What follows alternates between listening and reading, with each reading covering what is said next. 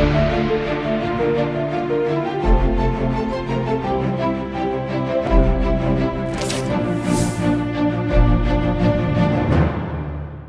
आप देख रहे हैं सी न्यूज भारत और मैं हूं आपके साथ ज्योति श्रीवास्तव। वक्त हो चुका है अलीगढ़ बुलेटिन का, तो आइए शुरू करते हैं अलीगढ़ की बड़ी और खास खबरों का सिलसिला। अलीगढ़ नगर निगम के वार्ड नंबर 79 धौरा माफी में जल निगम की बड़ी लापरवाही देखने को मिल रही है। दरअसल पानी की टंकी की सप्लाई जगह जगह पर टूटी हुई है, जिससे लोगों को परेशानियों का सामना करना पड़ रहा है। धौरा बाईपास बस स्टॉप के पास एक मकान में टूटी पाइपलाइन से पानी भर गया है, जिसकी शिकायत मकान मालिक सीएम पोर्टल, नगर निगम और टोल फ्री नंबर पर कर चुके हैं। क्षेत्रीय पार्षद भी जल निगम को अवगत करा चुके हैं, लेकिन जल निगम के अधिकारी इस समस्या को लेकर बेखबर हैं। नाम है आपका और किस तरीके की समस्या आ रही है? मेरा नाम मोहम्मद साबिर है। यह पानी की बड़ी भारी समस्या है। घरों में पानी घुसा हमारा नुकसान हो रहा है। ये किस जगह का मामला है? ये वार्ड नंबर क्या लगता है नगर निगम? Ward number 79। तो किस तरीके से ये पानी भर रहा है? क्या बरसात का पानी है? कैसा पानी? जल निगम वाला पाइप टूटा हुआ है, बहुत शिकायत कर चुके हैं। टोल फ्री नंबर भी शिकायत कर चुके हैं। बार बार वाला कॉल आती है, मतलब समाधान हो जाएगा, लेकिन अभी तक कोई समाधान नहीं हुआ है। इसकी शिकायत आपने नगर निगम को या जल निगम को? वो सब हो चुकी है। यहाँ के पार्षद भी करी है बेचारा, मतलब बहुत बार बार चक्कर आते रहे, लेकिन वो पार्षद भी कोई नहीं सुनना। तो अब आप क्या चाहते हैं? मतलब इसके जलवायु निजात चाहते हैं तो हो जाए। और हमने पर्सनल मतलब टिलो पर जो है समर सेविंग से पानी निकलवाया खुद ही, कई 4-5 दिन से निकलवा रहे हैं बराबर, फिर पानी चला देते हैं, फिर निकल जाता है। तो किस तरीके का नुकसान हो रहा है आपका? सर हमारा पानी नुकसान हो रहा है, दुकान में पानी जा रहा है हमारी में, बहुत लकड़ी का काम हमारा। क्या नीचे बेसमेंट बना हुआ? जी बेसमेंट बना हुआ है। तो आप नगर निगम से क्या चाहते हैं? मतलब पानी की निकाल मतलब छुटकारा चाहते हैं सब पानी। अब आप किस तरीके की गुहार लगाते हैं शासन प्रशासन? भाई शासन प्रशासन जाते हैं, मैं सब शासन प्रशासन भाई गुहार लगाते हैं, मतलब जो है हमारा ये निजात मिल जाए पानी से हमें। हम यही छुटकारा चाहते हैं बस। हम बहुत परेशान हो गए हैं, पूरे 15 दिन हो गए मेरे चक्कर में हमें। कौन सी जगह है ये? ये बस स्टॉप है धौरा माफी का, दिलशाद कॉलोनी का, वहाँ पर है बाईपास। सोशल मीडिया के माध्यम से एक प्रकरण संज्ञान में आया है, जिसमें एक व्यक्ति द्वारा बताया जा रहा है कि उसे कुछ धार्मिक नारे लगाने को मजबूर किया गया था और उसके साथ मारपीट की गई थी। इस संबंध में अवगत कराना है कि कल दिनांक 20 सितंबर को थाना लोधा में ग्राम बुलाक गढ़ी अंतर्गत एक व्यक्ति मुस्तकीम अपनी साइकिल से जा रहा था। रास्ते में कुछ बच्चे आ गए थे और उन बच्चों को हटाने के दौरान वहीं पास में खड़े एक व्यक्ति जिशान से उसका वाद विवाद हो गया था। दोनों व्यक्तियों में इसी दौरान झड़प हुई थी और दोनों व्यक्तियों को चोट आई थी। इसमें मौके को तुरंत पुलिस ने अटेंड किया था और वहां पे वरिष्ठ अधिकारियों द्वारा मौका मुआयना भी किया गया है। इसमें यह अवगत कराना है कि दोनों लोग को उपचार हेतु भेज दिया गया है। दोनों लोग अभी स्थिर हैं और दोनों लोग का मेडिकल करवा दिया गया है। जब प्रकरण की जांच की गई थी तो इसमें जो है साधारण मारपीट का मामला है। इसमें किसी भी तरह का कोई धार्मिक रंग या किसी को कोई धार्मिक नारा लगाने के लिए मजबूर करने की बात सामने नहीं आई है और यह बात पूर्णतः गलत है। अलीगढ़ पुलिस इसका खंडन करती है। इसमें विधिक प्रक्रिया अपनाई जा रही है। दोनों लोग से एप्लीकेशन भी ले ली गई है और सुचारू रूप से उनका उपचार किया जा रहा है। मौके पर शांति। अलीगढ़ से सी न्यूज संवाददाता संजीव शर्मा की रिपोर्ट। अलीगढ़ में मस्जिद के इमाम द्वारा जय श्री राम नहीं बोलने पर उसे दबंग हिंदुओं द्वारा बीच सड़क पर जमकर मारपीट करने का मामला सामने आया है। मूल रूप से बिहार राज्य के भागलपुर जिले के रहने वाले मस्जिद के इमाम तारिक मुस्तकीम ने दबंग हिंदुओं पर आरोप लगाते हुए कहा कि दबंगों द्वारा उनसे जबरदस्ती जय श्री राम बोलने को कहा गया। जब उसने जय श्री राम नहीं कहा तो करीब आधा दर्जन दबंगों ने उसके साथ मारपीट कर दी। मारपीट की सूचना से पुलिस महकमे में हड़कंप मच गया और उसको आनन फानन में उपचार के लिए जिला मलखान सिंह अस्पताल में भर्ती कराया गया, जिसके बाद मुस्लिम समुदाय में आक्रोश पनप गया और उन्होंने पुलिस प्रशासन से मस्जिद के इमाम के साथ मारपीट करने वाले आरोपियों के खिलाफ मुकदमा दर्ज कर गिरफ्तारी किए जाने की मांग की है। पुलिस पीड़ित इमाम से तहरीर प्राप्त कर आरोपियों को तलाश करते हुए मामले की जांच में जुट गई है। घटना थाना लोधा इलाके के बुलाकड़ी गांव की है। राम राम राम राम जैसे राम का मैं साइकिल ड्रॉप आउट मैं जैसे रोका बोले राम राम को मैं नहीं कहा लेकर बोल रहा है मारो और दुकान को रसगुल्ला के मार तो बोल रहा ये सब कहने लगे मेरे। मेरा नाम सैयद अब्दुल्ला जिलाध्यक्ष जमीयत उलमा हिंद जिला अलीगढ़। ये इमाम साहब हैं लखनपुरा के, और इनके साथ में मुस्तकिल 1 महीने से रास्ते में जाते हुए कटवा, मुल्ला, पाकिस्तानी इस तरीके के अल्फाज का इनके ऊपर इस्तेमाल किया जा रहा था। मुस्तकिल इन्हें टॉर्चर किया जा रहा था। आज इनके साथ में मारपीट की गई और इन्हें लिंच करने की कोशिश की गई है। और ये माहौल मुस्तकिल जब से उत्तर प्रदेश या दिल्ली के अंदर बीजेपी सरकार आई है, मुस्तकिल से ये घटनाएं बढ़ती जा रही हैं। एक तरफ सरकार का ये दावा है कि हिंदुस्तान के अंदर क्राइम जो हैं वो कम हुए हैं, गुंडों को जेलों के अंदर डाल दिया गया है, लेकिन जब ये सड़कों पर खुले और नंगे नज़र आते हैं इस तरीके की घटनाएं करते हुए, ये कौन लोग हैं? यहाँ सरकार के जो दावे हैं वो झूठे साबित होते हैं बिल्कुल। इस तरीके की घटनाएं करने वालों के खिलाफ सख्त धाराओं में, सुसंगत धाराओं में कार्रवाई होनी चाहिए ताकि इस तरह की घटनाएं रुक सकें। ये अलीगढ़ लखनपुर गांव है, थाना लोधा। ये आज दोपहर की घटना है, अभी शाम के टाइम। ये मलखान सिंह जिला हॉस्पिटल है अलीगढ़ का जी। इनके सर में चोट है और भी क्या नाम है, इनके हाथ में, सर में और भी गुम चोटें हैं। इन्हें काफ़ी मारा गया है, इन्हें दिख रही है, मुंह पे है, इनके सर पे है। लिंच करने की पूरी कोशिश की गई है हर तरीके से, सर पे चोट मारना या इस तरीके की क्या नाम है, किसी के साथ में इस तरह की घटना करना। मेरा नाम राजा भैया है और ये थाना लोधा क्षेत्र का गांव भगवानपुरी का एक मामला है। एक मस्जिद के इमाम को मुसलमान होने के नाम पे मारा पीटा गया है। दाढ़ी को देख करके और उसके लिबास को देख करके पहचान करके मारा है। उससे पहले जय सिया राम के नारे लगवाने का पूरा प्रयास किया गया। इमाम साहब ने मना किया तो उनके साथ जो है मॉब लिंचिंग करने का प्रयास किया गया है।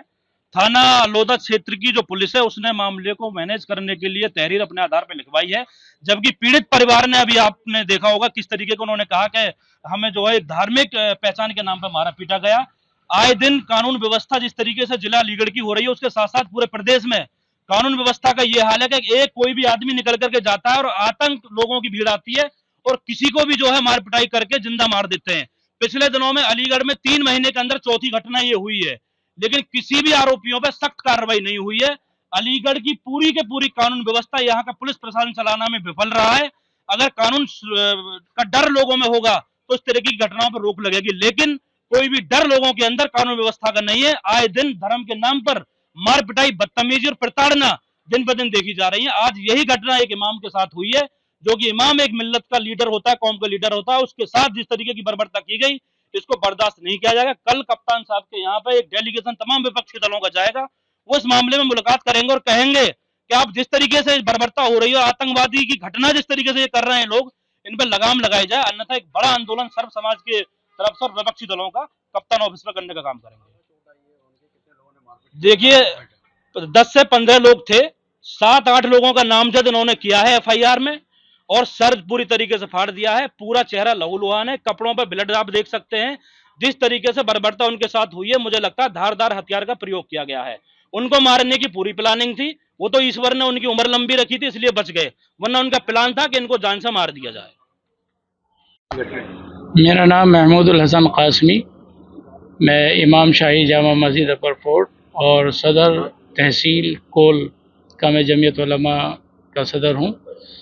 ये जो इमाम साहब हैं, इनका नाम मोहम्मद मुस्तकीम है, जो यहाँ से लखनपुरा और जिसको भगवानपुर भी कहते हैं, 6-7-8 किलोमीटर के फासले पर ये गांव है। इस गांव में ये इमामत करते थे और जरोली एक जगह उसके बराबर में गांव है, वहाँ ये ट्यूशन पढ़ाने जाते थे। तो इस बीच में 1 महीने से चंद शरीर लड़के, शरारत पसंद बच्चे, ये इनको परेशान कर रहे थे, तरह तरह के इनके ऊपर कमेंट्स कसते थे, वो बातें करते थे और इनको राम राम कहते थे। और जब वो राम राम का जवाब ये नहीं देते थे तो इन्हें कट मुल्ला और इस तरह से कि तुम तो कटवे हो और वगैरह इस तरह के अल्फाज बोलते थे और कहते तुम यहाँ से पाकिस्तान चले जाओ। आज इन लोगों ने 8-10 लोगों ने मिलकर के इन्हें जरोली और लखनपुरा के बीच में कहीं इन्हें बीच में रोका। बुढ़ा की कोई गांव है वहाँ, और वहाँ बुरागढ़ी कोई गांव है, वहाँ इन्हें रोका और वहाँ रोकने के बाद इनके साथ मारपीट की है और लातों से, घूंसों से और जैसे भी इन्होंने मारा, डंडे से मार करके इनको घायल किया है। अच्छी खासी चोट है, मैं भी उन्हें देख करके आ रहा हूँ। कहाँ पर एडमिट है ये मलखान सिंह में एडमिट हैं क्या बताया उन्होंने? आपने इनसे बात की, मुलाकात की? बात की तो उन्होंने मुझे यही बताया कि 1 महीने से मुझे ये परेशान कर रहे थे। तो सवाल किया गया कि तुमने बताया क्यों नहीं था? कहा सिर्फ मैंने इस वजह से नहीं बताया था कि कहीं आपस में फसाद ना हो जाए और शर बड़ा ना हो जाए, तो इसलिए मैं अपने आप ही झेल रहा था। लेकिन आज इन लोगों ने मेरे साथ ये घटना घटी। क्या चाहते हैं वो? हम ये चाहते हैं कि इसके खिलाफ सख्त से सख्त कार्रवाई की जाए और जो लोग इसमें मुलविस थे उनको फौरी तौर पर गिरफ्तार किया जाए और जो भी उनके खिलाफ दफात हो सकती हैं वो पूरी लगाई जाए। और ये इस तरह के मामलात हैं, मॉब लिंचिंग के जैसा मामला है ये, तो इसको रोका जाए। ऐसा ना हो कि कोई दूसरे लोग भी इससे गलत फ़ायदा उठाएं। कहाँ पर आए थे आप? देखिए, ये लोधा थाना क्षेत्र का एक मामला है। मस्जिद के इमाम साहब जो भगवानपुर मस्जिद में रहते हैं, वो बच्चों को पढ़ाने के लिए जा रहे थे। उनके साथ पिछले कई दिनों से कुछ लोग रास्ता रोककर बदतमीजियां कर रहे थे। उन्होंने इसकी शिकायत भी की थी और आज उन्हीं असामाजिक तत्वों ने, गुंडों ने इमाम साहब के साथ मारपीट की और जिस बर्बरता के साथ उनके साथ मारपीट की है, उनको पहचान कर उनकी टोपी और दाढ़ी के साथ बदतमीजी की है, इसको कतई बर्दाश्त नहीं किया जाएगा। अभी पुलिस प्रशासन से बात हुई है, मुकदमा कायम कराया जा रहा है। अगर इस पर पुलिस सख्त कार्रवाई नहीं करती है तो वरिष्ठ अधिकारियों से मिलकर सख्त कार्रवाई कराई जाएगी। जिस तरह से दाढ़ी टोपी देखकर मारा गया है, उसको हम लोग बर्दाश्त नहीं कर सकते। इमाम हमारे रहबर हैं, अगर उनके साथ ये सलूक होगा तो अलीगढ़ का हर अमन पसंद इंसान अपने रहबर के पीछे खड़ा नजर आएगा और उनका अपमान किसी कीमत पर बर्दाश्त नहीं किया जाएगा। जैसे कि बताया जा रहा है कि हमें तो पिछले 1 महीने से इनको परेशान कराया जा रहा था। पिछले 1 महीने से परेशान करने की जानकारी दी है, मुझे भी अभी बताया, लेकिन आज जो मारपीट हुई उसके बारे में आज ही पता चला। अगर मुझे ये पता होता 1 महीने से इनके साथ बदतमीजी हो रही है या इनको कोई परेशान कर रहा है तो मैं वहीं मस्जिद चला जाता और इमाम साहब के साथ बदतमीजी करने वालों को मैं किसी भी कीमत पर माफ़ करने वाला नहीं हूँ। मैं इमाम साहब के साथ खड़ा हूँ। इमाम साहब जो कार्रवाई चाहते हैं मैं उनके साथ खड़े होकर उनकी मदद करने का काम करूँगा। जैसे लगातार घटना हो रही है, सामने आरोप लगाकर विवादित उनके नारे लगवाए जा रहे थे, लेकिन अब पुलिस कह रही है कि ये 2 पक्षीय मामला है। क्या कहेंगे? कोई 2 पक्षीय मामला नहीं है। ये भीड़ तंत्र स्वयं तय कर लेता है और भीड़ अपने आप कहानी बना लेती है। पहले दाढ़ी टोपी देखकर मारपीट करो, उसके बाद स्क्रिप्ट लिख लो और जो चाहो वो बता दो। लीपा पोती कतई बर्दाश्त नहीं की जाएगी। इमाम के साथ बदतमीजी हुई है, हम सब लोग इमाम के साथ खड़े हैं, उनको इंसाफ दिलाकर रहेंगे। लगातार घटनाएं इस तरीके की सामने आ रही है, किसकी लापरवाही कहेंगे? कहीं ना कहीं अगर इन पर सख्त कार्रवाई हो जाती, पुलिस प्रशासन सख्त कार्रवाई कर देता तो किसी की हिम्मत नहीं थी जो बदतमीजी कर पाता। लापरवाही पुलिस की है, जिम्मेदारी पुलिस की है और पुलिस ही कार्रवाई कर कर अपना इकबाल बुलंद करने का काम करती है। आज ही चार्ज संभाला और उनके आज का बयान था कि अब इस तरीके की जो भी अपराध हो रहे हुए उन पर लगाम कसी जाएगी। क्या अपेक्षा रखेंगे? अब आप ही तो बता रहे हैं, आज ही चार्ज लिया है। अगर इस पर कार्रवाई नहीं होती है, कल का दिन है पुलिस के पास, पुलिस उनको अरेस्ट करे। अगर पुलिस कार्रवाई नहीं करती है तो सोमवार में सभी लोगों को साथ लेकर एसएसपी साहब से बात की जाएगी और उस पर सख्त कार्रवाई कराई जाएगी। हम रहने वाले बिहार के जिला भागलपुर के। क्या नाम है आपका? हमारा नाम कारी मुस्तकिम साहब है। अलीगढ़ में कहाँ रहते हैं? क्या घटना हुई, घटना बताइए। गांव लखनपुरा मस्जिद के इमाम साहब हूँ मैं 3:30 बजे दोपहर को ट्यूशन पढ़ाने जिरौली जाता हूँ। 4-5 दिन से ये रोज़ मुझे परेशान करते थे, लड़के लगा देते थे। और आज जो है इसने 4-5 आदमियों ने मुझे मेरी साइकिल रोक ली और कहने लगे कि राम राम को, जय श्री राम को। मैंने नहीं कहा, उसने सब ने डंडे निकाल लिया और मुझे खूब मारा है। कम से कम डेढ़ घंटा 2 घंटा खूब पीटा है। और कहने लगे जो भी आते थे सब दाढ़ी पकड़ के और नोचते थे और लात और घुसे मारते थे, उठने ही नहीं देते थे। और कहने लगे कि इसे यहीं दफना दो, यहीं किसी को पता ना पड़े। खूब मारने लगे, कम से कम 1.5-2 घंटा खूब पीटे इन्होंने। बहुत ही मैं अकेले था, मैं साइकिल से ट्यूशन पढ़ाने जाता था रोज के। गांव बुलागढ़ी है। तो जानते हैं आप उनमें से किसी को? जी मैं जानता हूँ। कौन है वो लोग? ये जो सब में शुरू में है उसको स्कूल चलाता है, नाम से नाम वाकिफ नहीं हूँ लेकिन शक्ल से पहचान लूंगा उनको। तो वही गांव के ही रहने वाले वो? जी गांव के रहने वाले हैं। क्या मंशा क्या थी आपके साथ मारपीट करने की? कोई विवाद वगैरह था आपको? मनसा यही थी कि ये मुसलमान है, ये कटवा है, इसे मारो, ये गाय खाते हैं, फलाना कर यहाँ से भगाओ इसे, नहीं तो जान से मार दो इसे। घटना की जानकारी आपने पुलिस को दी थी? जी मैंने नहीं दी थी लेकिन किसी साथी ने बाद में कॉल किया होगा, मालूम नहीं इसके बारे में। आपके साथ वहाँ मारपीट हुई थी तो आप कैसे आए वहाँ पे? बचाया था किसी ने या पुलिस आई थी या छोड़ के चले गए बोला मारपीट करके? क्या कम से कम 1.5-2 घंटे के बाद पुलिस आई, जब पुलिस मुझे लेकर आई अपने पास थाने में। तो अब कहाँ उपचार चल रहा है आपका? इलाज कहाँ चल रहा है? अब मेरा इलाज मलखान सिंह अलीगढ़ में चल रहा है। यहाँ किसने एडमिट किया आपको? पुलिस लाई थी? जी आपके परिवार के कोई लाए? हमारे परिवार लाए थे। परिवार परिचित गांव के लोग लाए थे? जी गांव वाले साथ में थे और पुलिस वाले भी आए। तो कहाँ कहाँ चोट है आपके? क्या मारा? डंडे घूसे और ईंट मारे हैं, सरों में और पीठों पे, दोनों बाजू पे, और दांत तोड़ दिए, दांत में घुसा मारे, लात मारे हैं और होठ फाड़ दिए हैं। कई दिन से आपको टॉर्चर कर रहे थे? कम से कम महीनों भर से कर रहे थे लेकिन 4-5 दिन से ज्यादा कर रहे थे। इस बात को लेकर के ये इसी बात के कि जय श्री राम के जवाब नहीं देते, राम राम नहीं कहता, इसको मारो। आपने शिकायत करी है पुलिस से? तहरीर वगैरह दी है? नहीं, इससे पहले नहीं दी थी। आप तहरीर दिए? हाँ मैंने इसीलिए नहीं दिया था कि आगे ये मामला ना जाए, माहौल खराब ना हो, मैं अपने सीधे निकल जाता था। मुझे मालूम नहीं था कि आगे चल के ये घटना होगी।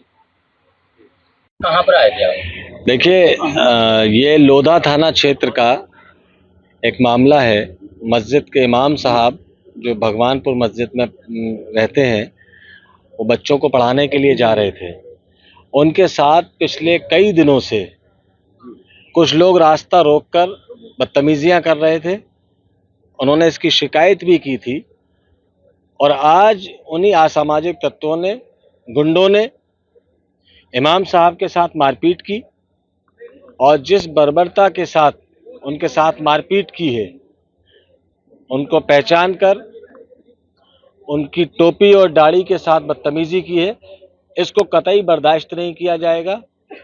अभी पुलिस प्रशासन से बात हुई है, मुकदमा कायम कराया जा रहा है। अगर इस पर पुलिस सख्त कार्रवाई नहीं करती है तो वरिष्ठ अधिकारियों से मिलकर सख्त कार्रवाई कराई जाएगी। जिस तरह से दाढ़ी टोपी देखकर मारा गया है उसको हम लोग बर्दाश्त नहीं कर सकते। इमाम हमारे रहबर हैं, अगर उनके साथ ये सलूक होगा तो अलीगढ़ का हर अमन पसंद इंसान अपने रहबर के पीछे खड़ा नजर आएगा और उनका अपमान किसी कीमत पर बर्दाश्त नहीं किया जाएगा। जैसे कि बताया जा रहा है कि हमें तो पिछले 1 महीने से इनको परेशान कराया जा रहा था।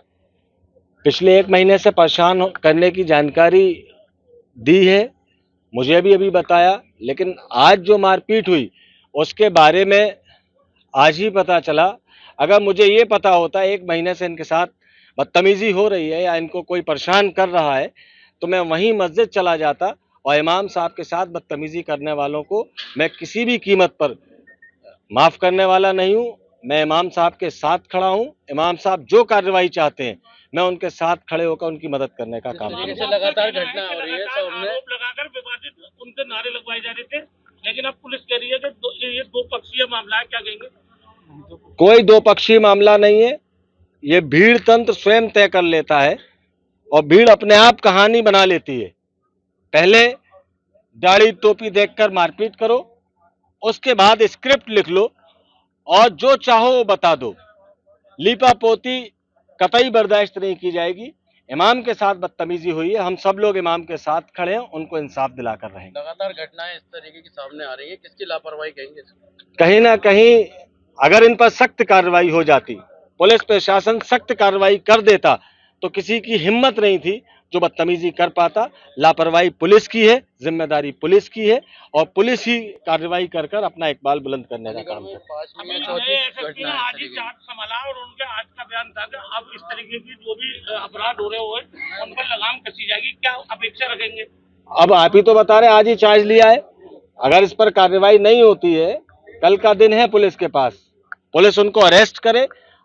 अगर पुलिस कार्रवाई नहीं करती है तो सोमवार में सभी लोगों को साथ लेकर एसएसपी साहब से बात की जाएगी और उस पर सख्त कार्रवाई कराई जाएगी। मेरा नाम मुफ्ती मोहम्मद अकबर कासमी है। ये जो घायल हमारे पीछे हैं एक मस्जिद के इमाम साहब हैं। जैसा कि गांव के लोगों ने मुझे सूचित किया कि इस तरह का मामला हुआ है कि हमारे इमाम साहब को 10-12 लोगों ने पीटा है और उनके साथ जो है मतलब उनको मारने की पूरी कोशिश की गई है। जैसा कि इमाम साहब की ज़बानी आपने खुद भी सुना कि लातों से, घूसों से, लाठियों से उनको मारा और उनको एक तरह से मोब लिंचिंग करने की कोशिश की गई। जबकि इस तरह की घटनाएं, इस तरह की वारदातें कई बार हो चुकी है और प्रशासन की संज्ञान में भी है, लेकिन कोई ठोस कदम नहीं उठाया जा रहा है। दूसरी बात यह है कि इमाम साहब से जब पूछा गया तो उन्होंने कहा क्या रीज़न रहा आपको, उन्होंने क्यों मारा और 1 महीने से आपको टॉर्चर किया जा रहा था तो आपने स्थानीय थाने में आपने शिकायत क्यों नहीं की। तो उनका ये कहना हुआ कि लोग ये कह रहे थे कि राम राम कहो, जय श्री राम कहो, और आज के दिन वो चंद बच्चों को हमारे साइकिल आगे खड़ा कर दिया और हम ना चाह के भी साइकिल को रोक दिए। उन्होंने जो है हमसे कहा राम राम कहो, तो हमने राम राम नहीं कहा। तो गोया कि एक साजिश के तहत में उनका ये एक प्री प्लान था कि उनसे कहेंगे वो नहीं कहेंगे, इसमें हम उनको मार पिटाई करेंगे। तो इसी बीच में 10-12 लोगों ने उनको मारना पीटना शुरू किया। तकरीबन इमाम साहब के ज़बानी के 1.5 घंटे तक वो मारते रहे, ऐसे तैसे जान बचा के वो बाहर निकले। फिर उसके बाद पुलिस ने आकर के मामले को संज्ञान में लिया और उनको आके मलखान सिंह में एडमिट कराया। दूसरी बात यह है कि इमाम साहब ने बताया कि 1 महीने से उनको टारगेट किया जा रहा था और बार बार कहा जा रहा था कि कटवा को मारो, मुल्ला को मारो, मुसलमानों को मारो। भाई ये क्या चीज़ है? सरकार या गवर्नमेंट या प्रशासन इस पर मजबूत एक्शन क्यों नहीं ले रही है? गाहे बगाहे महीने में 2 महीने में अभी अलीगढ़ में 4 मुस्लिम नौजवानों को मोब लिंचिंग करने की कोशिश की गई, उनको मारने की कोशिश की गई। ये मामला आपके संज्ञान में है। तो ये इस तरह से बार बार क्यों कहा जा रहा है कि जय श्री राम के नारे लगाओ? भाई जबरदस्ती तुम जय श्री राम के नारे लगवाओगे तो तुम्हारा भगवान ऐसा कि तुम जबरदस्ती हम लोगों से अपने भगवान के नारे लगवाओगे? कोई मुसलमान तो नहीं कहता तुम नारे लगाओ, अल्लाह अकबर के नारे बुलंद करो। अभी तुमने मोहम्मद अली अलैहिस्सलाम के ऊपर लोगों पर एफआईआर कराया, हमने कुछ भी नहीं कहा। तो ये गैर मुनासिब बातें हैं, प्रशासन को इस पर ठोस कदम उठाना चाहिए। दूसरी बात अहम यह है कि वहाँ तहरीर दी गई तो स्थानीय पुलिस ने यह कहा कि चलो मामला रफा दफा करो, तुम्हें भी चोट लगी है और उन्हें भी चोट लगी है।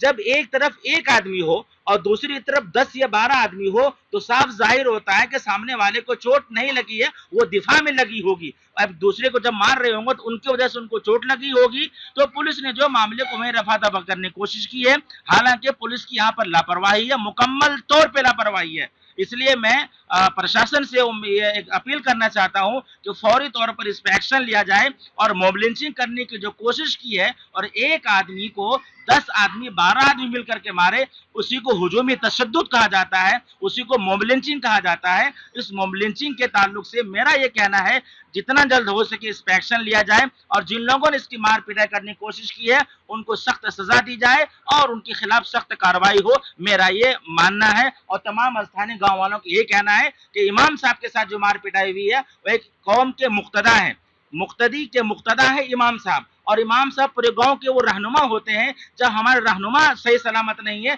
तो हमारा क्या वजूद है? इसलिए इमाम साहब की हिफाजत हमारी हिफाजत है। इसलिए प्रशासन से तमाम गांव वालों को कहना है जितना जल्द हो सके उस पर एक्शन लिया जाए। इनका इलाज मलखान सिंह में चल रहा है। अलीगढ़ से सी न्यूज संवाददाता संजीव शर्मा की रिपोर्ट। अलीगढ़ में एशिया कप 2025 के तहत भारत और पाकिस्तान मैच को लेकर युवाओं और क्रिकेट प्रेमियों में खासा उत्साह देखने को मिला। युवाओं का कहना है कि चाहे युद्ध हो या खेल का मैदान, भारत पाकिस्तान का मुकाबला हमेशा रोमांच और जोश से भरा होता है। युवा क्रिकेटरों ने भी मैच को लेकर अपनी उत्सुकता और उम्मीदें जताई हैं। हाँ, तो अंकल मेरा नाम विराट पाठक है।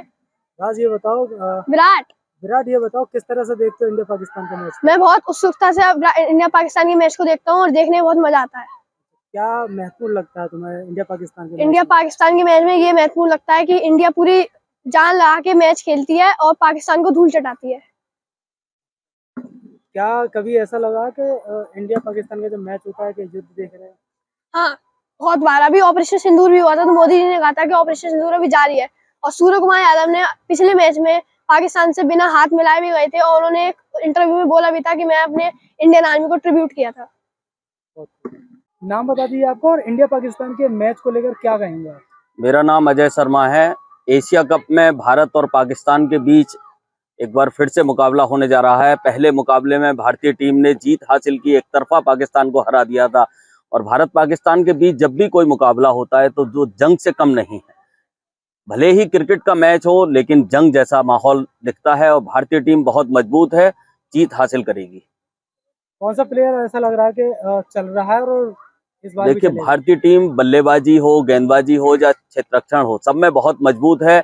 बल्लेबाजी में आप देखिए अभिषेक शर्मा शुरुआत बहुत अच्छी दे रहे हैं। नीचे हमारे पास सूर्य कुमार यादव हैं, फिर अक्षर पटेल, हार्दिक पांड्या जैसे बल्लेबाज हैं। तो बल्लेबाजी बहुत मजबूत है। गेंदबाजी में बुमराह और वरुण चक्रवर्ती जैसे गेंदबाज हैं जो पाकिस्तान को धूल चटाने में सक्षम है। जीत के बाद कैसी खुशी मनाते हैं? जीत के बाद तो जीत है, और पाकिस्तान के खिलाफ अगर जीत मिलती है तो उत्साह बहुत अधिक होता है। अलीगढ़ से सी न्यूज संवाददाता संजीव शर्मा की रिपोर्ट।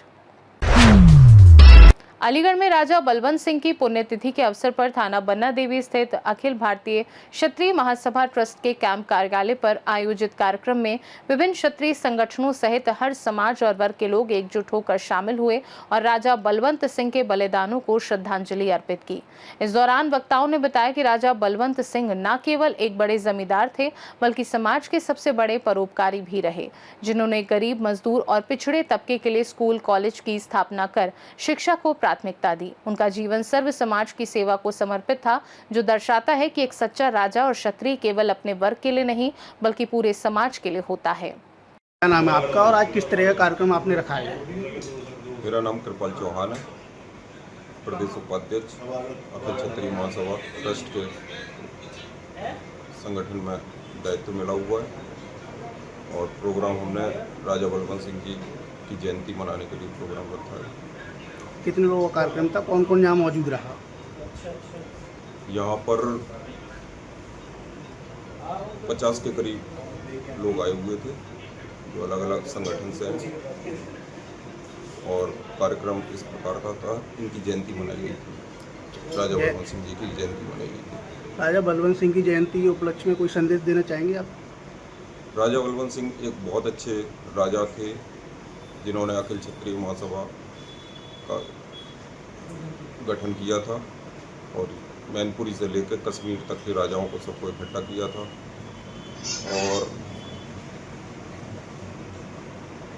और सर आपका?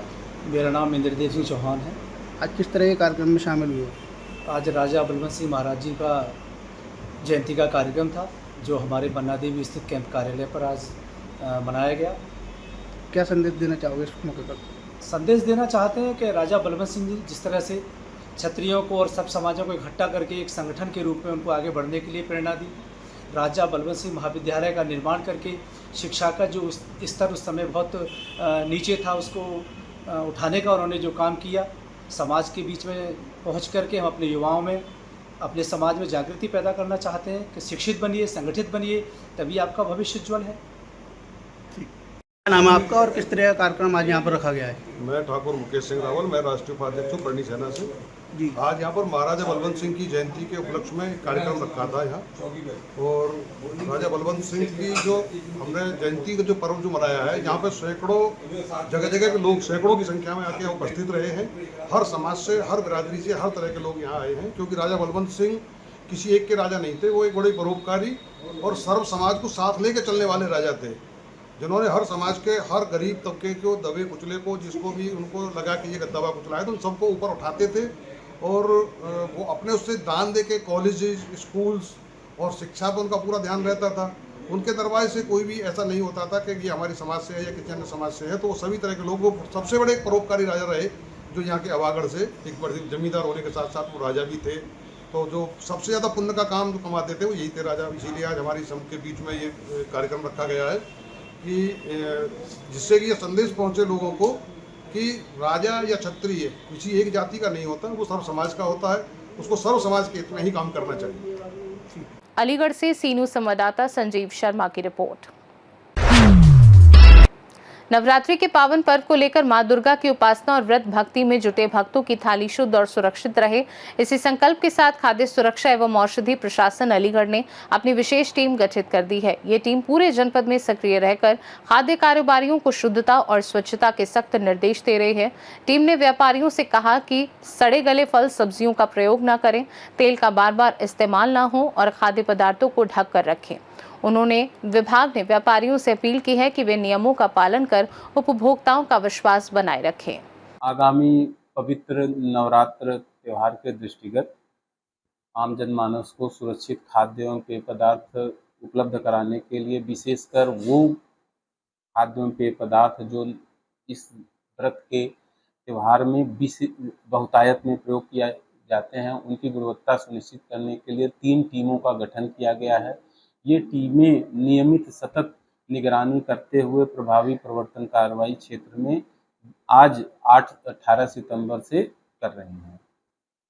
किसके चीज़ों की खास तौर से निगरानी की जा रही है? विशेष तौर पर जो इस व्रत में प्रयोग किए जाते हैं, कुट्टू का आटा, सिंघाड़ा का आटा, मूंगफली, मेवा और मखाना, इसके प्रयोग बहुतायत में होते हैं। हम इसकी गुणवत्ता सुनिश्चित करने के लिए प्रतिबद्ध हैं और इस पर प्रभावी प्रवर्तन कार्रवाई कर रहे हैं। साथ ही साथ व्यापारियों को भी जागरूक किया जा रहा है इस संदर्भ में। इसके लिए हम लोगों ने पंपलेट्स के माध्यम से उन्हें डूज एंड डोंट डूज से संबंधित जागरूक भी कर रहे हैं और आम जनमानस के साथ साथ जो भी खाद्य कारोबार करता है उनसे भी अपील करते हैं कि विशेषकर कुट्टू के आटा के प्रयोग में बहुत ही सावधानी बरतें, इसका रख रखाव बेहतर ढंग से करें, अन्यथा की स्थिति में 3 दिनों के उपरांत सनलाइट के कांटेक्ट में आने पर इसमें अल्फा टॉक्सिन्स डेवलप हो जाते हैं, जो कि व्यक्ति विशेष जिसके से इसकी संवेदनशीलता होती है उन्हें दिक्कतें होती हैं और फूड पॉइजनिंग के वो शिकार हो सकते हैं। कहीं से अभी तक भी वगैरह लिए गए? हाँ, ये पूरी टीमें हैं जो कि क्षेत्र में आज हैं, भ्रमणशील हैं और ये निरीक्षण कर रही हैं। शाम तक त्वरित कार्रवाई हमारे पास आ जाएगी और हम इसको आगे भी पूरा इस माह तक 30 सितंबर तक नियमित रूप से हम इसको जारी रखेंगे।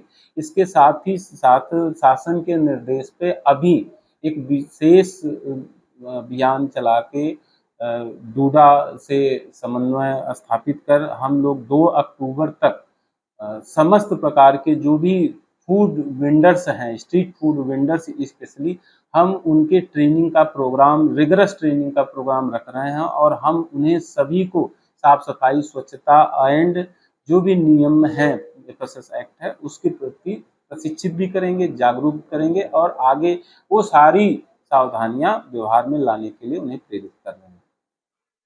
अलीगढ़ से सीनू संवाददाता संजीव शर्मा की रिपोर्ट।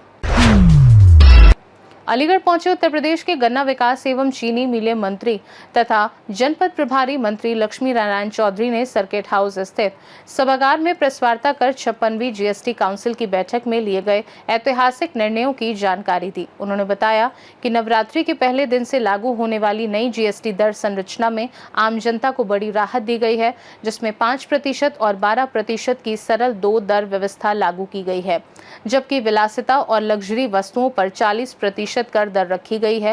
रोजमर्रा की जरूरतों जैसे दूध, पनीर, शैम्पू और टूथपेस्ट पर 5% या 0 कर लगेगा। वहीं किसानों को राहत देते हुए ट्रैक्टर, टायर, कीटनाशक और सिंचाई उपकरण पर जीएसटी घटाकर 5% कर दिया गया है। छोटे व मध्यम उद्योगों के लिए रजिस्ट्रेशन और अप्लायंस प्रक्रिया को भी सरल किया गया है। एक पहले हमारे जीएसटी के 4 स्लैब थे, 5, 12, 18, 28, वो घट के अब 2 स्लैब हो गए, 5 और 12। किसान की प्रत्येक चीज पे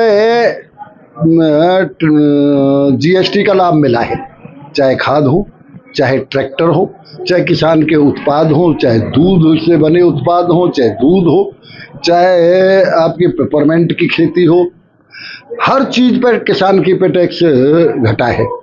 और यहाँ तक कि किसान के किसी पे तो 50-50 हज़ार रुपये ट्रैक्टर की कीमत पे कम हुए हैं। आम आदमी की ज़रूरत की चीज़ होती हैं, जैसे जूता है, 18% से 5% उसका स्लैब हुआ है। इस तरह से जो भी रोजमर्रा की चीज है काम की, उन पे भी सब पे जीएसटी का टैक्स घटा है। और पूरा विश्व आश्चर्य कर रहा है कि मोदी जी ने बहुत ही थोड़े समय में 25 करोड़ आदमियों को गरीबी रेखा से ऊपर निकाल के देश की अर्थव्यवस्था को पूरे विश्व में चौथे नंबर की बना दिया, जो अगले साल तीसरे नंबर पे बनने जा रही है। आज पूरा विश्व आश्चर्यचकित है, इतने समय में इतनी अच्छी अर्थव्यवस्था बनके और जीएसटी के स्लैब को इतना कम किया गया है। राजस्व कम होगा उसका? नहीं, राजस्व कम हो ही नहीं सकता। जब पहले जीएसटी लागू होने से पहले भी यही भ्रम था कि इससे राजस्व कम होगा, टैक्स चोरी ज़्यादा होगी, लेकिन राजस्व बढ़ा और टैक्स चोरी बहुत कम हो गई।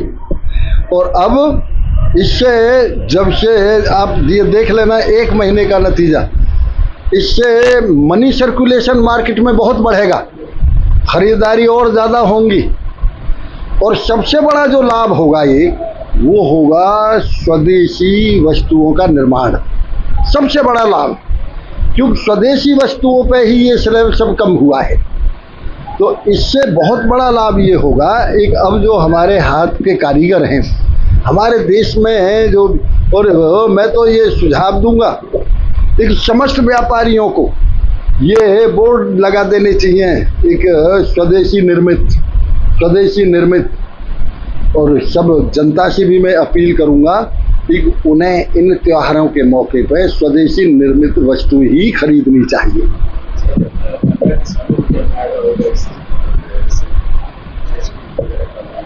जो गन्ना किसान बिना ट्रैक्टर के खेती थोड़ी करता है, तो जब उस पर दाम घटे हैं, खाद पे 50 रुपये घटेंगे बोरी पे, तो गन्ना किसान ही तो खाद डालता है। अब के अनुपूरक बजट में ला रहे हैं, क्योंकि अब तक साथा चीनी मिल इतनी जर्जर हो चुकी है कि हर साल हम 30 करोड़ 40 करोड़ रुपए इसके मरम्मत में देते थे, लेकिन कभी ये 1 सप्ताह से ज़्यादा चली नहीं। इसलिए उसको पुनर्निर्माण कंपनी है, शुगर मिल है, उसका जो किसानों को पैसा फंसा हुआ पड़ा है वो कब तक कहाँ का? गोपी शुगर मिल होगी सर। अरे कोई प्राइवेट मिल है, केवल हम पे एक मिल का मात्र सिर्फ एक मिल का 17 करोड़। अलीगढ़ से सी न्यूज़ संवाददाता संजीव शर्मा की रिपोर्ट। फिलहाल के लिए अलीगढ़ बुलेटिन में बस इतना ही। देश दुनिया की बाकी खबरों को जानने के लिए आप देखते रहिए सी न्यूज़ भारत।